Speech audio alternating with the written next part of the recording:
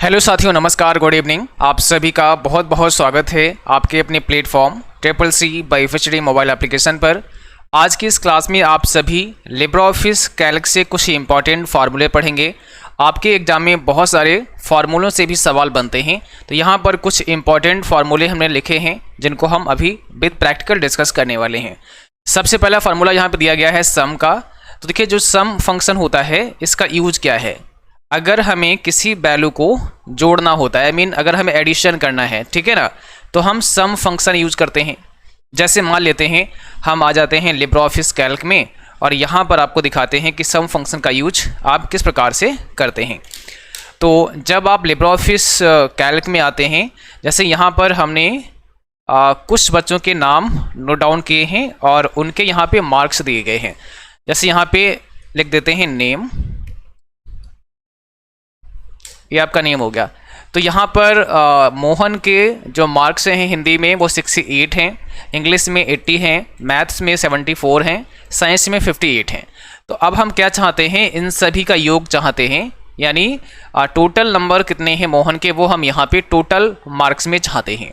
तो यहाँ पे हमें सम फंक्शन यूज करना पड़ेगा। तो सम फार्मूला के लिए हम क्या करेंगे, इक्वल लिखेंगे, SUM सम लिखेंगे, ब्रैकेट को स्टार्ट करेंगे। ओके, अब नंबर 1 कॉमा नंबर 2 ऐसे भी दे सकते हैं या फिर एक रेंज बना सकते हैं। अब रेंज क्या होता है, तो पहला वाला सेल, ठीक है, और इसके बाद में अब आप यहाँ पे इसको या तो आप ऐसे सेलेक्ट करते चले आओ, लास्ट तक यहाँ पर छोड़ दीजिएगा और ब्रैकेट को क्लोज कर दो, तब भी आपका काम हो जाएगा। एंटर प्रेस कर दोगे, टोटल नंबर ऑफ मार्क्स आपको मिल जाएंगे।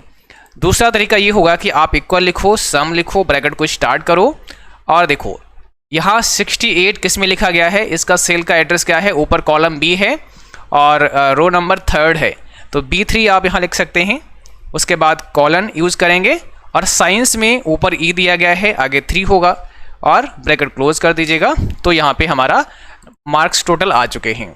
यानी सम फंक्शन क्या करता है, नंबर को ऐड करता है। फार्मूला कैसे लगाया, इक्वल सम, यहाँ B3 लिखा गया है, कॉमा के साथ कॉलन के साथ E3 लिखा गया है।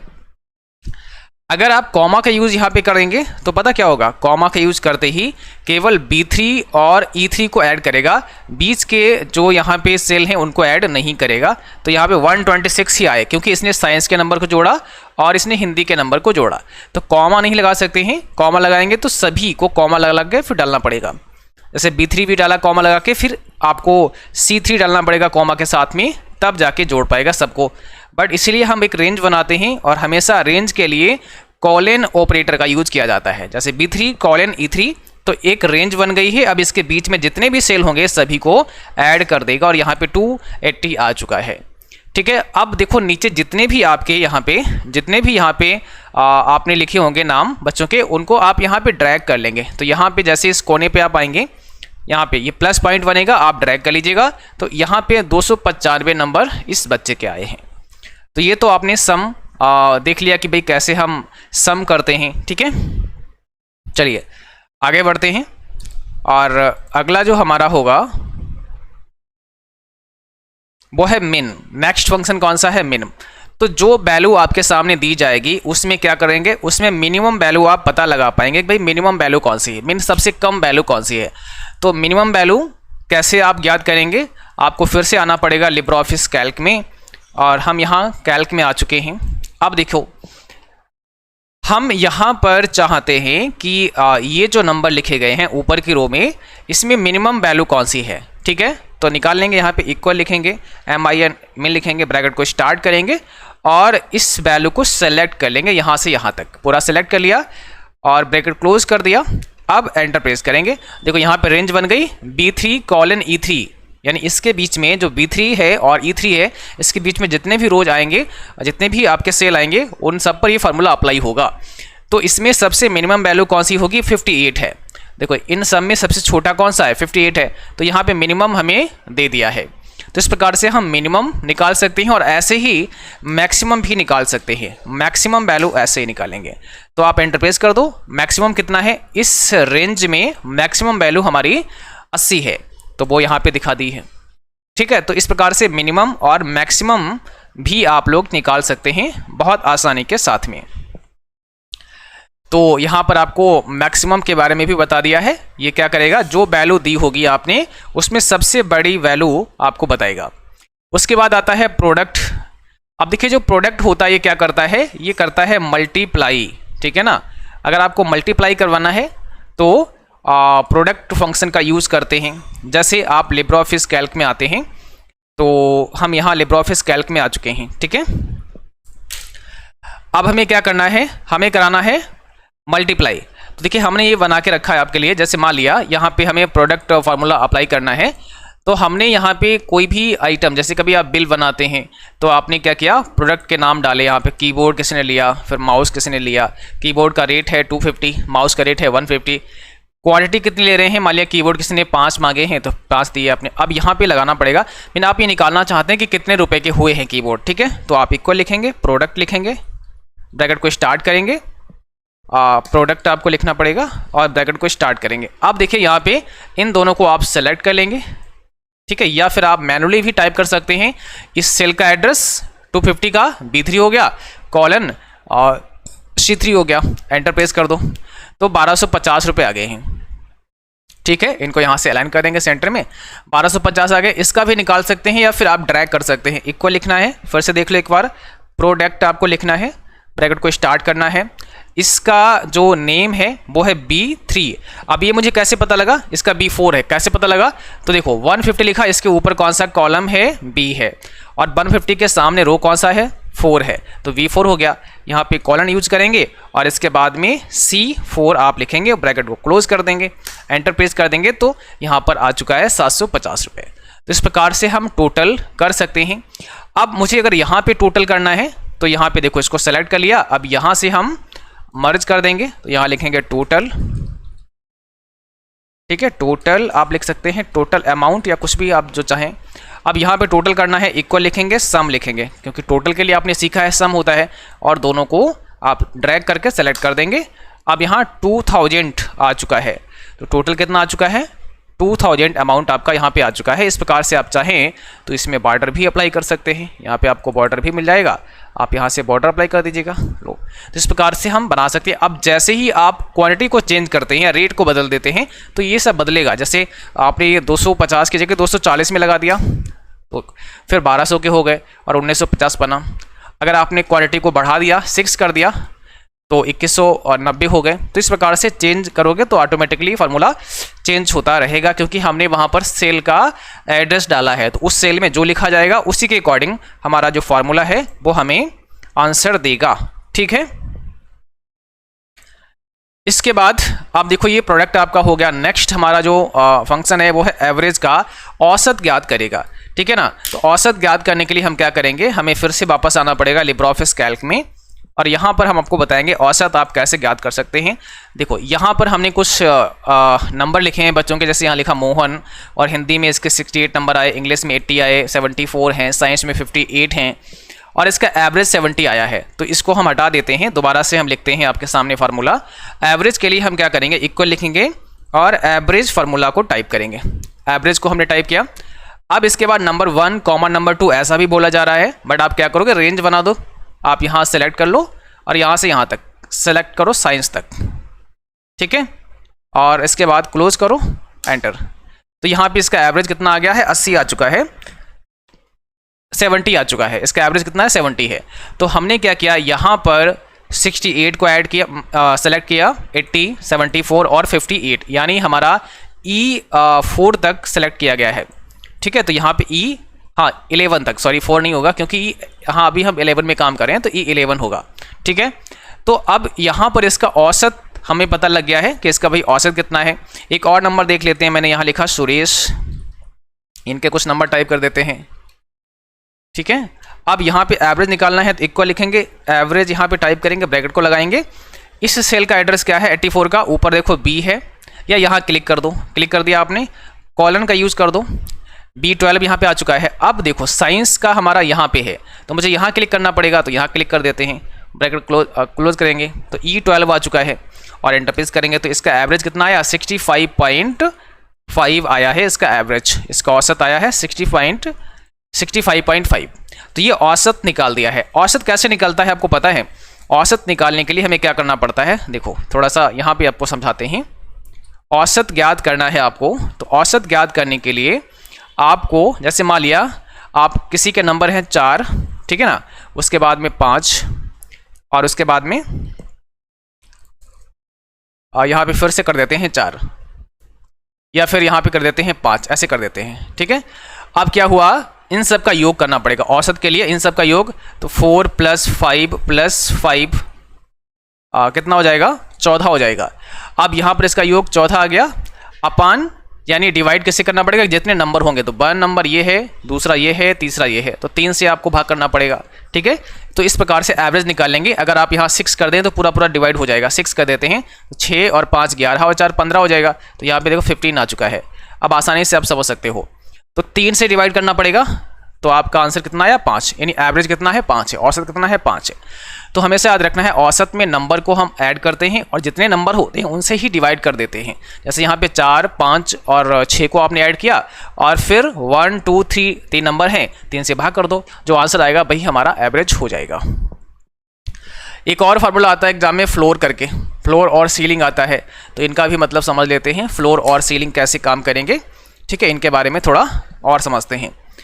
तो देखो यहाँ पे जब हम फ्लोर पर आते हैं तो जिस प्रकार से यहाँ पे दिया गया है फ्लोर 58,6, ऐसे कुछ सवाल आपसे बनता है।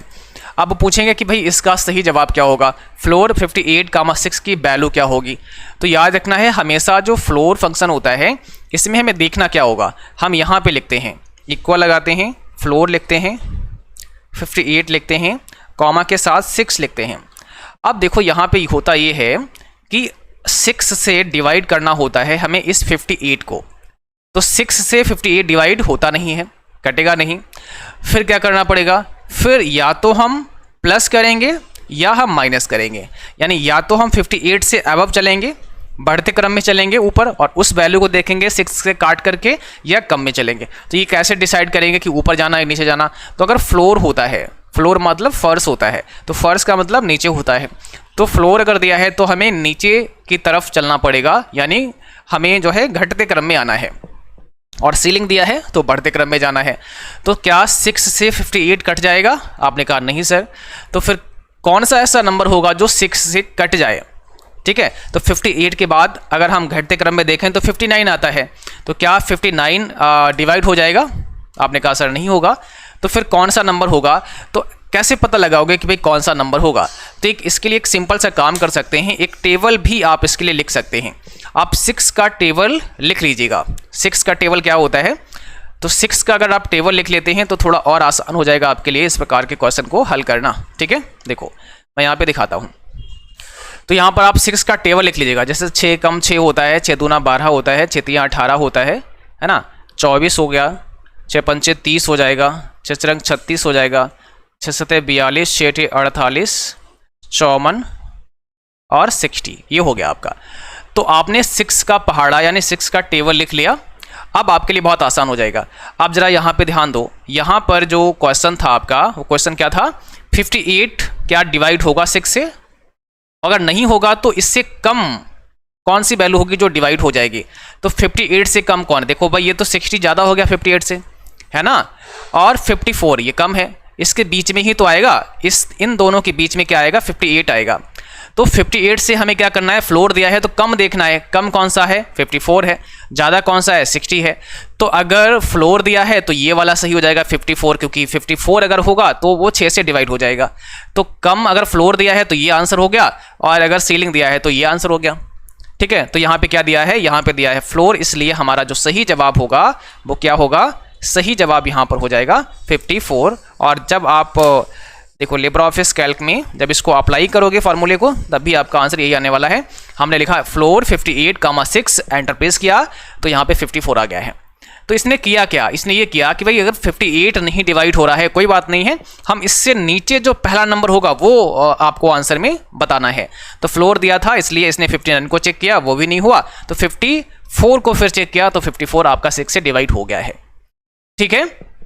आई होप ये समझ आया होगा। एक और हमने रखा है, अगर नहीं समझ आया है तो दूसरा और समझते हैं, फिर आगे बढ़ेंगे, ठीक है ना।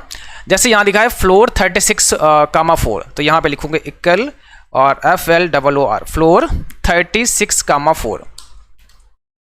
अब एंटर प्रेस करेंगे तो 36 ही आ गया है। क्यों? तो याद रखना है, अगर 36 जैसे यहाँ दिया था और आगे 4 दिया था, तो इस 4 से मुझे डिवाइड करना था 36 को, 4 से 36 को डिवाइड करना था। अगर वही नंबर डिवाइड हो जाएगा तो वही आंसर आपका हो जाएगा। याद रखना, अगर फ्लोर दिया है या सीलिंग दिया है तो हमें ऊपर या नीचे बढ़ना ही नहीं है। जब वही नंबर डिवाइड हो रहा है तो वही हमारा आंसर होगा। जैसे 36 ही यहाँ पे डिवाइड हो गया 4 से, तो वही हमारा आंसर हो गया है। फिर 125 11 देखते हैं, इक्वल फ्लोर 125, 11। अब इसको क्या करना है, 11 से डिवाइड करना है 125 को, तो 125 11 से डिवाइड होगा नहीं। तो फिर फ्लोर दिया है तो इससे कम ऐसा कौन सा नंबर है जो 11 से डिवाइड हो जाए, तो एंटर प्रेस करोगे, ऐसा वो नंबर है 121, यानी 121 11 से डिवाइड हो जाएगा। ठीक है, और इसके लिए भी वही आप पहाड़ा लिख सकते थे, है ना, पहाड़ा लिख करके भी आप इसमें काम चला सकते थे। जैसे एक बार फिर से हम आपको दिखाते हैं, यहाँ पे था 125 और 11 से आपको डिवाइड करना था, तो 11 का टेबल आपको लिखना पड़ेगा। तो देखिए यहाँ पर 11 का आपको टेबल लिखना है। 11 एकन 11 होता है, 11 दूनी 22 होता है, 11 तियाँ 33 होता है, 11 चौक 44 होता है, 11 पंचे 55 होता है, 11 छंग 66 होता है, 11 सतह 77 होता है, फिर 88 हो जाएगा, है ना, फिर 99 हो जाएगा, फिर 11 दशामन 110 हो जाएगा। अब 11 11 121 होता है, 11 12 132 हो जाएगा। इस प्रकार से आप लिख सकते हैं। अब मुझे आ जाना है फिर से यहाँ पे। अब देखो यहाँ पे क्या था, 11 और 125, तो 125 को डिवाइड करना है 11 से, वो तो होगा नहीं। तो 125 से नीचे ऐसी कौन सी संख्या है जो 11 से डिवाइड हो जाएगी, अब इसमें आप पता लगा सकते हो। तो जब आप यहाँ पे आए हो और आपने 11 का टेबल लिखा, तो 121 यहाँ लिखा है, 132 यहाँ लिखा है, इसी के बीच में तो 125 है ना, 125 इसी के बीच में था। अब जरा बताओ, 125 तो डिवाइड होगा नहीं 11 से, ठीक है, बढ़ते क्रम में हम देख नहीं सकते हैं, तो इससे नीचे वाला पहला संख्या 121 ही तो है, यही 11 से कट जाएगा, तो आपका आंसर कौन सा हो गया, 121 आपका आंसर हो गया है, यानी 121 हमारा यहाँ पे आंसर हो जाएगा। तो अगर हम इसको लगाते हैं, अब देखो इसको अगर हम लगाते हैं यहाँ पे 125 वाले को इक्वल करेंगे, फ्लोर करेंगे 125, 11,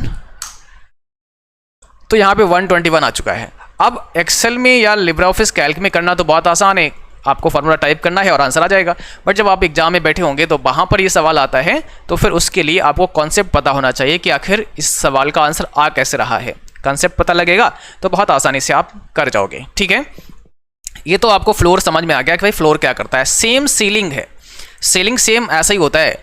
अब यहाँ पे अगर हम एक सीलिंग का एग्जांपल लेते हैं, जैसे मैंने लिखा यहाँ पे इक्वल, यहाँ लिखते हैं सीलिंग, और यही ले लेते हैं 136 वाला 36,4, यही ले लेते हैं 36,4। ओके, अब एंटर प्रेस करेंगे तो 36 ही आया, क्योंकि वो तो वही नंबर कट रहा है। मैंने बोला था कि चाहे सीलिंग हो या फ्लोर हो, 36 अगर मतलब वही नंबर डिवाइड हो रहा है तो फिर ऊपर या नीचे देखना ही नहीं पड़ेगा।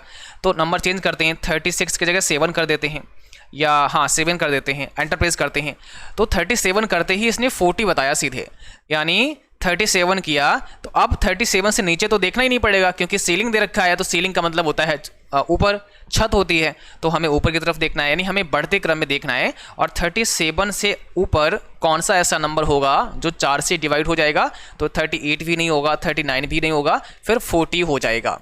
ठीक है, तो इसके लिए भी टेबल आप लिख सकते हैं। अगर आप 4 का टेबल लिखेंगे तो ये चीज़ें और आसानी से समझ में आएंगी। तो एक बार हम दिखाते हैं, 4 का टेबल यहाँ लिखते हैं, उसके बाद समझाते हैं। ठीक है, देखो आपको लिखना है 4 का टेबल, और इससे आप समझ सकते हो, बस उसी का आपको टेबल एक बार लिख लेना है, तो बहुत ही क्लियरली ये समझ आ जाएगा कि इसका आंसर क्या होगा। तो अगर हम यहाँ 4 का टेबल लिखेंगे तो 4 एकन 4 होता है, 4 दूनी 8 होता है ना, 4 तियाँ 12 होता है, 4 चौको 16 है, 4 पंचे 20 है, 4 छंगा 24, 4 सते 28, 4 8 32, 4 नेम 36, 4 दशामन 40 होता है, यही तो है। ठीक है, 4 8 12 16 20 24 28 32 36 40। अब हमारा जो क्वेश्चन था उसमें क्या था, सीलिंग था, और यहाँ पे क्वेश्चन में क्या दिया था, सीलिंग 37,4, सीलिंग 37,4 ये था हमारा क्वेश्चन। ठीक है। तो 4 से 37 तो डिवाइड होगा नहीं, और सीलिंग दे रखा है तो ये बढ़ते क्रम में देख सकते हैं। तो 37 से ऊपर ऐसी कौन सी वो नंबर है जो 4 से डिवाइड हो जाएगा, उसका पता लगाएंगे यहाँ पे। तो 4 का टेबल लिखा हमने, यहाँ देखो 37 किसके बीच में आता है, ये समझो 37 कहाँ पे आता है। तो आपने कहा सर 40 और 36 के बीच में 37 आता है, यहाँ पे आता है, ठीक है। यानी 40 और 36 के बीच में आएगा 37, ठीक है। तो 37 से नीचे तो मुझे देखना ही नहीं है क्योंकि सीलिंग लिखा है। तो 37 से ऊपर कौन सी वैल्यू आएगी, इसके बाद 40 आएगी सीधे। तो 37 के बाद अब 40 ही वो नंबर ऐसा होगा जो 4 से डिवाइड होगा और कोई नहीं होगा, ठीक है। तो 40 हो जाएगा, फिर 44 हो जाएगा। तो यहाँ पे 40 हमारा करेक्ट आंसर हो जाएगा, यानी 40 हमारा करेक्ट आंसर है। और जैसे ही आप इसको एंटर प्रेस करेंगे, इस फार्मूले को, जैसे मैंने लिखा सीलिंग 37,4 और यहाँ पे आप एंटर मारेंगे तो यहाँ पर भी 40 ही आपको दिखाएगा, 40 आ रहा है। तो सीलिंग और फ्लोर दोनों सेम कंसेप्ट के साथ काम करते हैं, बस फ्लोर में आपको नीचे की तरफ घटते क्रम में देखना है और सीलिंग में बढ़ते क्रम की तरफ देखना है, बस दोनों में यही छोटा सा एक अंतर है, ठीक है। चलिए अगला देखिएगा। अब आपका सीलिंग हो गया, फ्लोर हो गया, अब हम राउंड पर चलते हैं। राउंड फंक्शन हमारा कैसे काम करता है, तो देखिए राउंड में क्या होता है, यहाँ पर थोड़ा हम ये समझेंगे। सबसे पहले यहाँ पर समझ लेते हैं, जैसे आपने लिखा इक्वल और यहाँ लिखा राउंड, ठीक है। और यहाँ लिखा अगर आपने 526.69 2,1 ये लिखा आपने, अब इसको राउंड ऑफ करना है। तो देखो 526.692 1 लिखा है, इस 1 का मतलब ये हुआ कि डेसिमल प्लेस एक ही रखना है। 1 यानी कॉमा के बाद जो वैल्यू दी होगी उतना ही डेसिमल प्लेस रखना है। अभी आप बोलो कितना है, तो आपने कहा सर अभी तो 3 स्थान तक यहाँ पे दिया गया है, हमको केवल यही रखना है, एक ही स्थान रखना है। तो हमें 9 और 2 को यहाँ से हटाना पड़ेगा, ठीक है। जब आप किसी नंबर को हटाएंगे, वो नंबर अगर 5 है यानी 5 के बराबर है या 5 से बड़ा है, तो +1 करना पड़ेगा जो नंबर बचेगा शेष उसमें। और अगर 5 से वो छोटा है तो +1 नहीं किया जाएगा, ना ही माइनस किया जाएगा। तो इसको तो हम यहाँ लिख लेंगे 526 यहाँ लिख लेंगे। 2 को यहाँ से हटा दिया, 9 को भी हटाया। लेकिन जब आप लास्ट में 9 को हटाएं तो आप ये देखें कि भाई 9 तो 5 से बड़ा है, तो +1 करना पड़ेगा किसमें, जो शेष बचेगी। तो 6 में +1 हो जाएगा, तो यहाँ पे 526.7 आ जाएगा। तो इस कॉन्सेप्ट के साथ में ये राउंड फंक्शन हमारा काम करेगा। अब यहाँ पर हम एग्जाम्पल आपको दिखाते हैं, इस के लिए हमने जो एग्जाम्पल यहाँ पे लिखे हैं उनमें आप क्या कर सकते हैं और उनसे आप क्या समझ सकते हैं। तो देखिए यहाँ पे राउंड के कुछ एग्जाम्पल्स हमने लिखे हैं, जैसे लिखा हुआ है राउंड 25.354 1। तो अगर हम इसको यहाँ पे लगाते हैं, इक्वल लिखते हैं, ROUND राउंड लिखते हैं, और यहाँ पे लिखते हैं 25.354 1 और एंटर प्रेस करते हैं। तो यहाँ पे 25,4 आया है। थोड़ा साइज इंक्रीज कर देते हैं ताकि आपको दिखे।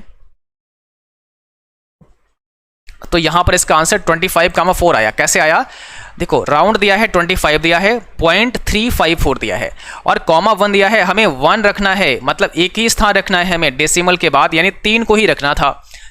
अब 4 को यहाँ से हटाना था, तो 4 को हटाया, ठीक है। फिर आपने 5 को हटाया। जब आपने 5 को हटाया तो मैंने बोला था कि जो नंबर हम हटाएंगे सबसे बाद में, वो अगर 5 या 5 से बड़ा होगा तो +1 करना पड़ेगा। तो यहाँ पे तो आप हटा रहे हैं, तो देखो 5 आ गया है, तो 3 में +1 कर देना, 4 हो जाएगा। तो 25.4 इसका आंसर आ जाएगा और वही आपके सामने है। आई होप समझ में आया होगा, 25.4।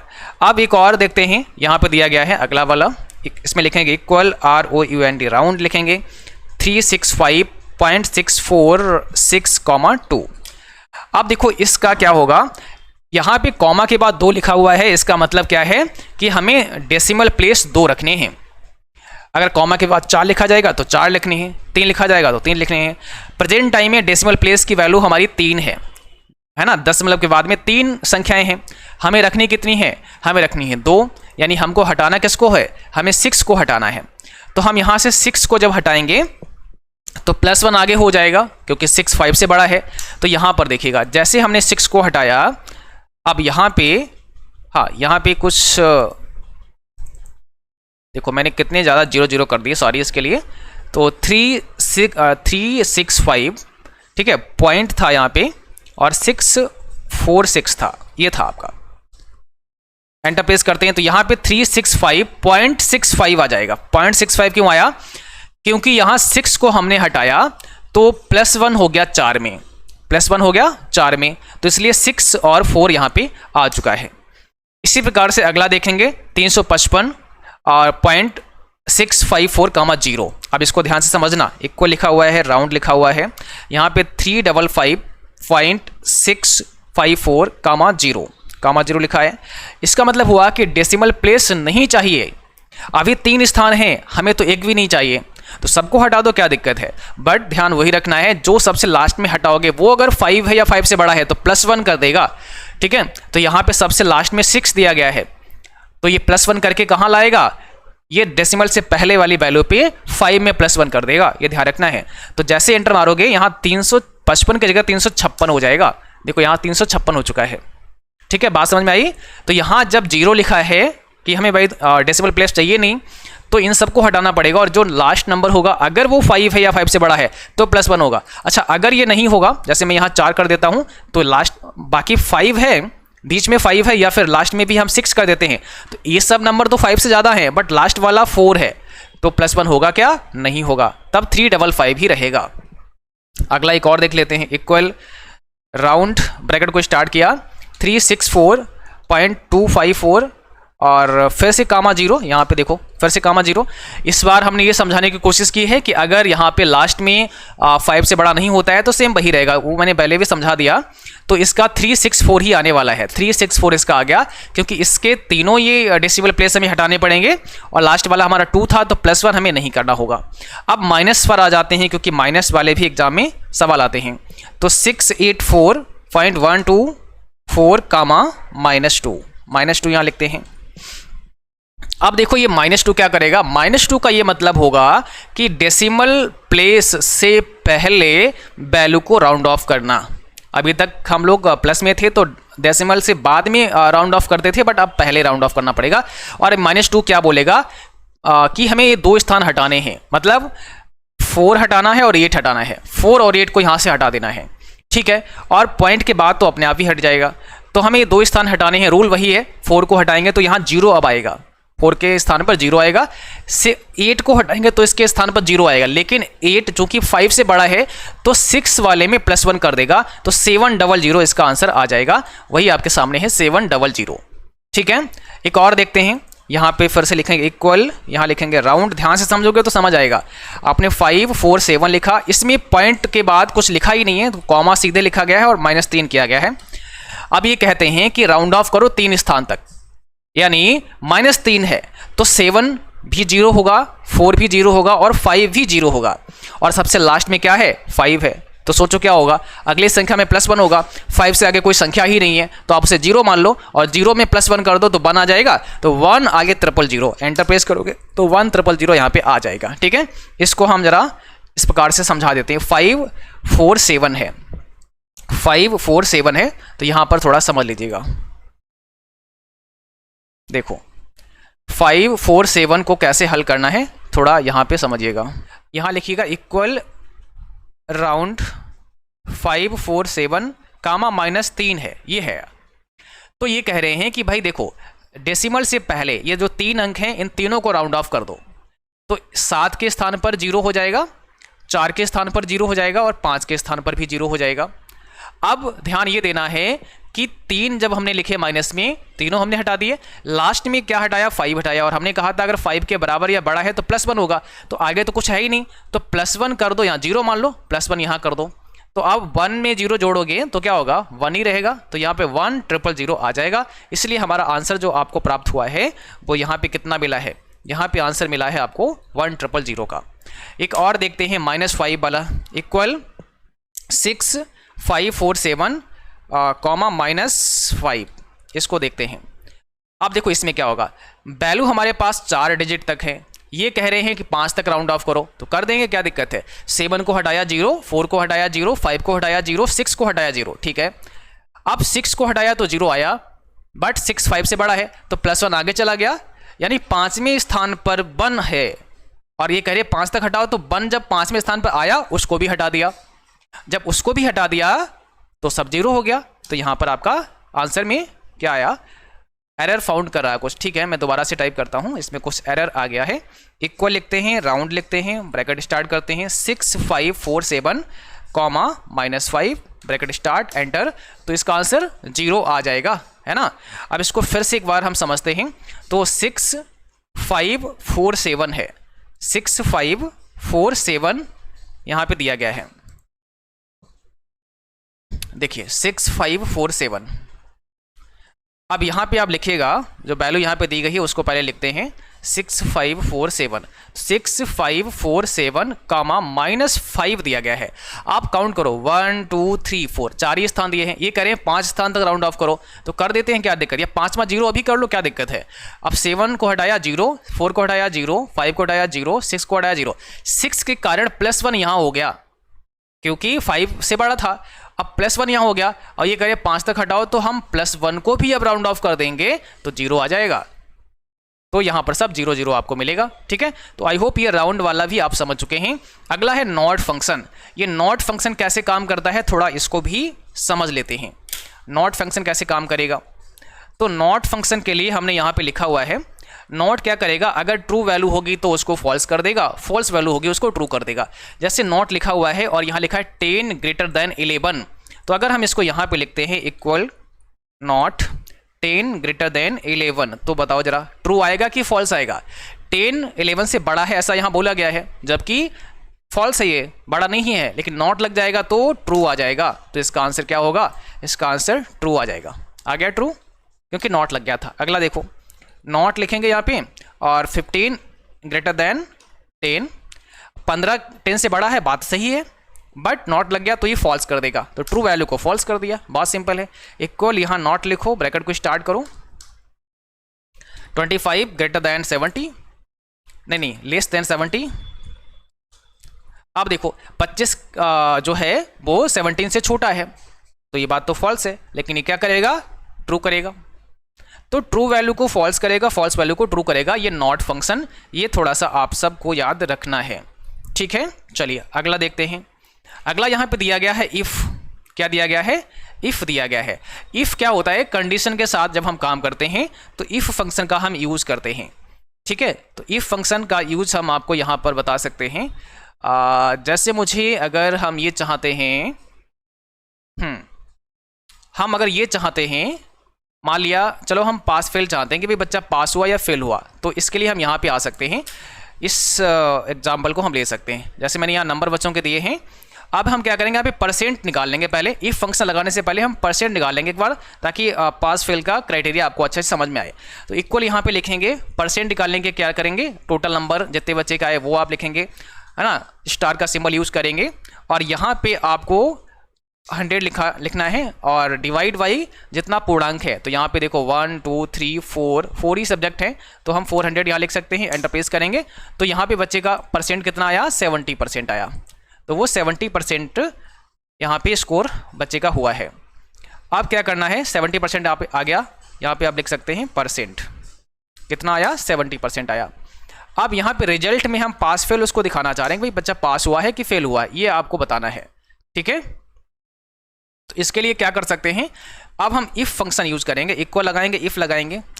अब देखो जरा, इफ़ हमने यहाँ लिखा तो हम यहाँ क्या लिखने वाले हैं कि जो परसेंट है इसी से तो हम पास फेल बताएंगे। 33% में बच्चा पास होता है, 33 से नीचे होगा तो फेल हो जाएगा। तो हम यहाँ लिखेंगे इफ़ और इस सेल में क्लिक कर देंगे, ये सेल का एड्रेस। अब लिखेंगे ग्रेटर दैन इक्वल है कितने से, 33 से। तो कॉमा के साथ जो वैल्यू हम दिखाना चाह रहे हैं, हम दिखाना चाह रहे हैं पास, तो पास कर दो, ठीक है। और कॉमा के साथ अब अगर फॉल्स वैल्यू आती है तो क्या करोगे, डबल कोट्स में हम लिख देंगे फेल। भाई अगर फॉल्स वैल्यू है यानी ये कंडीशन मैच नहीं होती है तो इसको आप फेल कर दीजिएगा। तो अभी ये बच्चा पास हो चुका है, अभी क्या हुआ, पास हो गया है। तो बहुत सिंपल है, देखो यहाँ पे इफ लगाया, G3 क्यों लिखा, क्योंकि G3 में परसेंट लिखा गया है और परसेंट से ही हम ये तय करते हैं कि बच्चा पास हुआ या फेल हुआ। फिर ग्रेटर दैन क्यों लिखा, क्योंकि हमने कहा अगर G3 के अंदर ग्रेटर दैन इक्वल यानी 33% से बड़ा हो या बराबर हो तो आप इसको पास कर देना, अदरवाइज इसको फेल कर देना। तो इस प्रकार से हम जब लिखेंगे तो हमारा आंसर में पास आ जाएगा। अगर ये परसेंट कम होता है तो ये फेल हो जाएगा। जैसे हम यहाँ 14 नंबर देते हैं, हर जगह ऐसे कर देते हैं। तो देखो परसेंट 14 ही रह गया है ना, और ये फेल हो गया है, बच्चा यहाँ पे क्या हुआ है, फेल हो गया है। तो इस प्रकार से ऑटोमेटिकली ये पास फेल हो जाएगा। और इसके बाद जो अगला हमारा फार्मूला होगा वो क्या होगा, नेक्स्ट दिया है काउंट फंक्शन। काउंट क्या करेगा? काउंट फंक्शन नंबर को काउंट करता है। काउंट फंक्शन हमेशा नंबर को काउंट करता है। जैसे अगर हम इसको काउंट करना चाहते हैं, ठीक है, तो हम यहाँ से काउंट कर सकते हैं। मैंने यहाँ लिखा इक्वल COUNT, ब्रैकेट को स्टार्ट किया, इन सब को सेलेक्ट कर लेते हैं। तो यहाँ से यहाँ तक कितने नंबर हैं इसको काउंट कर देगा, 4 हैं। देखो 1 2 3 4, तो 4 वैल्यू यहाँ पे दिखा दी, तो ये नंबर को हमेशा काउंट करेगा। अगर इसमें देखो यहाँ पे मैं कुछ और कर देता हूँ, मैंने यहाँ लिखा, हम यहाँ V लिख देते हैं, टाइप कर देते हैं, तो यहाँ पे इसने 3 बताया क्योंकि इसने B को काउंट नहीं किया, जबकि B इसके क्राइटेरिया में शामिल है, लेकिन उसने काउंट में बताया नहीं क्योंकि अल्फ़ाबेट को काउंट नहीं करता है। ठीक है, केवल नंबर को काउंट करता है, अल्फ़ाबेट को काउंट नहीं करेगा। अब जरा ध्यान दो, यहाँ पर जो अगला है वो क्या है? अगला है काउंटा। ये क्या करेगा? नंबर को भी काउंट करता है। जो काउंटा फंक्शन होता है वो नंबर को भी काउंट कर लेता है। जैसे काउंटा के लिए हम क्या बता सकते हैं, चलो इसी में बता देते हैं। इसी में देखो मैंने यहाँ लिखा, यहाँ पे काउंट है, अभी देखो इसमें 20 शामिल है, बट ये कह रहा 3 है, लेकिन काउंटा को हम यहाँ कर देंगे तो ये 4 बताएगा। हमने ए यहाँ पे बढ़ा दिया, एंटर प्रेस किया, तो अब क्या करेगा? ये 4 वैल्यू दे रहा है क्योंकि अब इसने इसको भी, अल्फ़ाबेट को भी काउंट कर लिया है। तो काउंटा जो होता है वो अल्फ़ाबेट को भी काउंट करता है, ये याद रखना है। ठीक है, आगे देखो अगला क्या है? काउंट इफ़ दिया गया है, तो ये कंडीशन के साथ हमें अगर काउंट करना है तो हम काउंट इफ़ का यूज़ करते हैं। कंडीशन कैसी? जैसे मान लिया आपने यहाँ पे कुछ लोगों के अटेंडेंस लगाए, जैसे मोहन का प्रेजेंट लगाया, प्रेजेंट, तो यहाँ पे हमने क्या लिखा? एक सूत्र दिया है, काउंट इफ़ V9 यानी इस वैल्यू से लेकर के और E9 इस यहाँ तक, और हम लिखा कॉमा के साथ डबल कोट्स में P। हमने कहा अगर भाई ये प्रेजेंट होता है तो आप मुझे बताओ कितनी प्रेजेंट हैं, तो उसने कहा 4 प्रेजेंट हैं। इसी प्रकार से हम यहाँ पे भी फार्मूला लगाएंगे, तो यहाँ पे हम इसको हटा देते हैं, दोबारा से लगा के आपको दिखाते हैं। तो हमें यहाँ क्या लिखना है? इक्वल लिखना है, और यहाँ पे लिखना है काउंट, और लिखना इफ़। काउंट इफ लिखेंगे, हम काउंट करेंगे, इफ़ माने कंडीशन, यदि हम काउंट जब ही करेंगे जब इस पूरी रेंज के अंदर, हमें रेंज सेलेक्ट करनी है, इस पूरी रेंज के अंदर क्या हो, इस पूरी रेंज के अंदर आपको अगर P मिले तो आप क्या करो? उसको काउंट कर देना, P के अलावा कुछ भी मिले तो काउंट मत करना। देखो इसने कहा P इसमें 3 है, इस रेंज में P कितनी है? 3 है। हमने यहाँ पे एक मिस कर दिया, मुझे लगता है P 4 है, बट यहाँ 3 बता रहा है, तो यहाँ पे E9 नहीं लिखा गया होगा, है ना, D9 तक है, तो इसको E9 कर देते हैं। अब देखो P 4 बता रहा है। अब हम अगर यहाँ पे अब्सेंट डाल देते हैं बीच में, तो कह रहा है P यहाँ पर 3, प्रेजेंट 3 है, अब्सेंट को इसने काउंट नहीं किया, अब्सेंट यहाँ पे काउंट करवा लेंगे। तो same formula, count if, bracket को लगाया, और फिर से हमें यहाँ पे पूरी वैल्यू सेलेक्ट करके देनी है यहाँ से यहाँ तक। अब कॉमा के साथ हम अब्सेंट के लिए A लिखेंगे और ब्रैकेट क्लोज करके एंटर प्रेस कर देंगे। तो अभी देखो अब्सेंट हमारा 1 आ रहा है, अब्सेंट कितना आ रहा है? 1 आ रहा है। अब्सेंट देखो यहाँ पे 1 है, अब्सेंट बढ़ा देते हैं, P को हमने फिर अब्सेंट कर दिया, तो देखो प्रेजेंट 2 हो गया एंड अब्सेंट भी 2 हो गया है। तो इस प्रकार से जो आपका फंक्शन है काउंट इफ वाला काम करता है। काउंट इफ मतलब हम काउंट करेंगे कंडीशन के साथ में। और अगला दिया गया यहाँ पे कॉनकैटेनेट। इस फार्मूले के द्वारा हम क्या कर सकते हैं? जैसे आप कई बार लिखते हैं ना, फर्स्ट नेम लिखते हैं, उसके बाद आप लास्ट नेम लिखते हैं, तो फर्स्ट नेम अलग लिखा होता है, लास्ट नेम अलग लिखा होता है, इन दोनों को हमें कंबाइन करना है अगर, तो हम कॉनकैटेनेट फार्मूला का इस्तेमाल करते हैं। जैसे जब आप लिब्रे ऑफिस कैल्क में आएंगे तो यहाँ पर आप देख पा रहे होंगे, अगर हम यहाँ पे कुछ लिखते हैं, जैसे मैंने यहाँ लिखा सोहन, ठीक है, और ये फर्स्ट नेम हो गया, लास्ट नेम हो गया कुमार। अब हम एक ही सेल में चाह रहे हैं, फर्स्ट नेम, यहाँ पे हमारा ये फर्स्ट नेम हो गया, फर्स्ट नेम हो गया, ये हमारा लास्ट नेम हो गया, अब यहाँ पे हमारा फुल नेम हो जाएगा। ठीक है, तो ज़रा ध्यान दीजिएगा, यहाँ पर ये हमारा लास्ट नेम हो गया, ये हमारा फुल नेम। यहाँ पर हम इन दोनों को कंबाइन करना चाहते हैं तो इक्वल लिखेंगे, कॉनकैटेनेट आपको यहाँ लिखना है, ब्रैकेट को स्टार्ट करना है। अब इस पर क्लिक कर देंगे या इस सेल का एड्रेस डाल देंगे, कॉमा लगा देंगे और कुमार पे क्लिक कर देंगे, ब्रैकेट को बंद करेंगे, एंटर प्रेस करेंगे, तो ये सोहन कुमार आपस में कंबाइन हो गया है। बट अभी आप देख रहे हैं यहाँ पर क्या हुआ है, सोहन कुमार में आपस में कंबाइन हुआ है, स्पेस बिल्कुल भी नहीं है। तो अगर स्पेस देना है आपको तो क्या करना पड़ेगा? स्पेस देने के लिए आप यहाँ पर एक काम कर सकते हैं, इसके अंदर आपको डबल कोट्स में, ठीक है, स्पेस कर देना है। तो यहाँ पे देखो हमने डबल कोट्स में स्पेस कर दिया। अब एंटर प्रेस करके यहाँ पे जैसे देखेंगे तो सोहन कुमार आपको नज़र आएगा। तो इस प्रकार से ये फार्मूला काम करता है। ठीक है, कॉनकैटेनेट का मतलब होता है कि आप दो अलग अलग मीन फर्स्ट नेम और लास्ट नेम में जो आपने लिखा है उसको यहाँ पर कंबाइन करा सकते हैं बहुत आसानी के साथ में। ठीक है, इसके बाद दिया है टुडे का, तो टुडे से क्या करेंगे आप, जैसे ही टुडे लगाएंगे या फिर नाउ का यूज़ करेंगे तो क्या होगा, देखिए आप लिब्रियोफिस कैल्क में आ जाइएगा और यहाँ पर हम क्या करते हैं, टुडे लगाते हैं, इक्वल लिखते हैं, टुडे का हम यूज़ करते हैं। तो जैसे ही आप टुडे का यूज़ करेंगे तो यहाँ पर डेट बताएगा कि आज का डेट क्या है, तो यहाँ पे डेट बता रहा है। बट अगर आप नाउ का यूज़ करते हैं तो क्या होगा, डेट बताएगा, नाउ में क्या होगा आपका, देखो यहाँ पे नाउ में आपका डेट एंड टाइम बताएगा, तो नाउ डेट एंड टाइम दोनों बताएगा, टुडे से केवल आपका डेट बताएगा। और अगर हम लेन फंक्शन का यूज़ करते हैं तो ये क्या बताएगा, स्ट्रिंग की लेंथ बताएगा, उसकी लेंथ कितनी। जैसे मैंने यहाँ पर अगर हमें लेंथ समझनी है, मैंने यहाँ लिखा इक्वल लेन, ब्रैकेट स्टार्ट किया और कुमार को सेलेक्ट कर लिया है, ब्रैकेट क्लोज कर दिया है। तो ये कह रहा है कुमार में कितने लेटर हैं, 5 हैं, 1 2 3 4 5। अब ऐसे ही हम यहाँ पे अगर कुमार के स्थान पर हम यहाँ रवि कुमार को सेलेक्ट कर लेते हैं तो यहाँ पे बताएगा 10। देखो 1 2 3 4 5 6 7 8 9, और यहाँ ध्यान रखना स्पेस को भी ये काउंट करता है, लेंथ जो होती है वो स्पेस को भी काउंट करता है। तो कुल यहाँ पे हमें 10 जो है वो यहाँ पे लेंथ इसकी 10 बताई जा रही है। तो हमेशा याद रखना है, इसमें क्या करेगा ये, हमेशा आपका जो स्पेस दिया होगा उसको भी काउंट कर लेगा। अगर रवि कुमार में एक और स्पेस हम कर देते हैं, ठीक है, एक और स्पेस हम रवि कुमार में कर देते हैं तो यहाँ पे 11 ऑटोमेटिक बता देगा, क्योंकि ये स्पेस को भी काउंट करता है। ठीक है, चलिए, तो इस प्रकार से ये हमने कुछ इंपॉर्टेंट फार्मूले थे जो कवर कर लिए हैं। यहाँ पे आपने नाउ का भी सीख लिया है और 70 ये जो आपका लेंथ का था वो भी आपने सीख लिया है। ठीक है, बाकी यहाँ पर एक और फार्मूला होता है, उसको भी बता देते हैं, कई बार एग्जाम में वो भी आ जाता है बट ज़्यादा आता नहीं है। तो यहाँ पे देखो, एक होता है लेफ्ट फंक्शन, क्या होता है, लेफ्ट फंक्शन, और एक होता है राइट फंक्शन।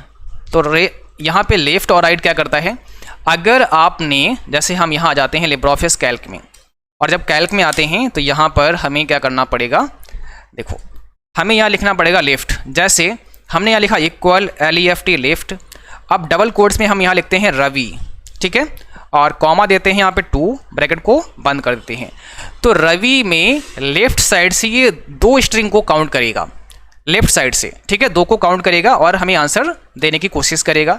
तो यहाँ पे देखिए हमने ये लिखा, अब हम यहाँ पे कामा ब्रैकेट को बंद करेंगे, एंटर प्रेस करेंगे, तो इसने केवल क्या किया, रवि में हमें केवल R बताया है, ठीक है, R बताया है, इसका मतलब यहाँ पे कुछ मिस्टेक हुई है। हाँ, रवि लिखना है कॉमा, अब यहाँ 2 लिखना है और ब्रैकेट को बंद करना है। तो यहाँ पे इसने रवि में बता दिया है कि भाई रवि के जो 2 स्ट्रिंग है लेफ्ट साइड के वो R और A हैं। तो इस प्रकार से हम यहाँ पे जितने भी स्ट्रिंग हमें देखना है हम 3 कर देंगे तो 3 आ जाएगा, ठीक है, RAV आ गया है। या कहीं पे टाइप है, जैसे यहाँ कुमार टाइप है, हम इसमें लास्ट के 2 लेटर चाहते हैं। अब लेफ्ट के चाहते हैं तो इक्वल आपको लेफ्ट लिखना पड़ेगा, और राइट के चाहते हैं तो आपको राइट लिखना पड़ेगा। और यहाँ पर अब RIGHT हमें लिखना है, और यहाँ पे अब क्या करना है, इसको बस सेलेक्ट कर देना है, और कॉमा के साथ कितने आपको लेटर चाहिए, तो हमें 2 चाहिए या 3 चाहिए, जो आप चाहिए वो डाल दीजिएगा, एंटर प्रेस करेंगे तो MAR आ गया है। अब इसने राइट साइड से 3 डिजिट को उठा लिया, MAR। तो लेफ्ट राइट क्या करता है, लेफ्ट फंक्शन हमेशा जो स्ट्रिंग आपने सेलेक्ट की है वो लेफ्ट से काउंट करेगा उतने डिजिट जितने आपने बताए हैं, और राइट किया है तो राइट से काउंट कर लेगा। जैसे अभी यहाँ पे राइट से बता रहा है 3 डिजिट MAR, है ना। अगर हम यहाँ लेफ्ट कर देते हैं तो अब लेफ्ट से बताएगा, यहाँ पे देखो KUM बताने लगा है। तो इस प्रकार से ये फार्मूला आपका काम करता है, ठीक है। तो आई होप आपको ये सभी फार्मूले समझ आ चुके होंगे, और इसका PDF भी आ जाएगा तो उसमें सब कुछ लिखा होगा, बहुत आसानी के साथ उससे आप पढ़ सकते हैं। तो आज के लिए बस इतना ही, मिलते हैं अगली क्लास में, तब तक के लिए थैंक यू, बाय बाय।